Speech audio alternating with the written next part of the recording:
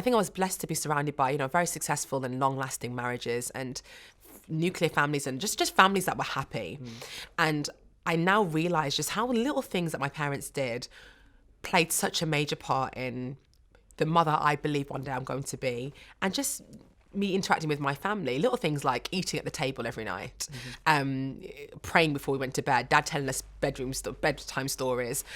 It seems a bit cliche, very Cosby family, but I was blessed to have a great one.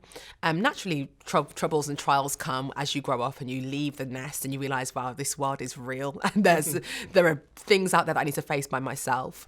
But I'm so great that I had the foundation of coming from, yes, a Christian background, but most importantly, a liberal background.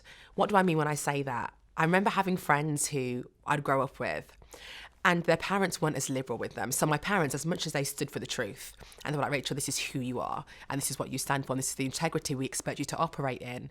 They wouldn't stop me from going out to parties. They wouldn't stop me from going out. And of course, everyone's grace is different, but I was still able to be a normal girl, normal teen.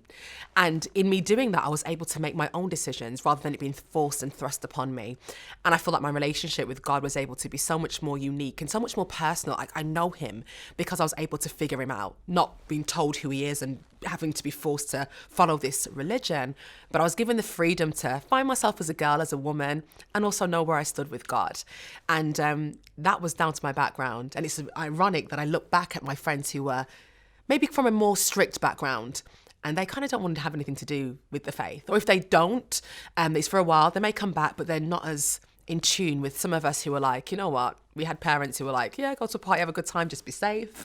But at the same time on Sunday, they said, this is the Sabbath and this is what we believe and this is what we want you to uphold. That's powerful for me. Yeah. And it was because of my family that I think the relationship I have with God is real. Yeah. It's real. It's not forced. I'm not always perfect, but I know him and I'm so comfortable with what we have.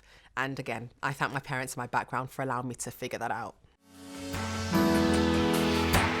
Tune in to the Profile Interview in association with Christianity Magazine every Saturday at 4 p.m.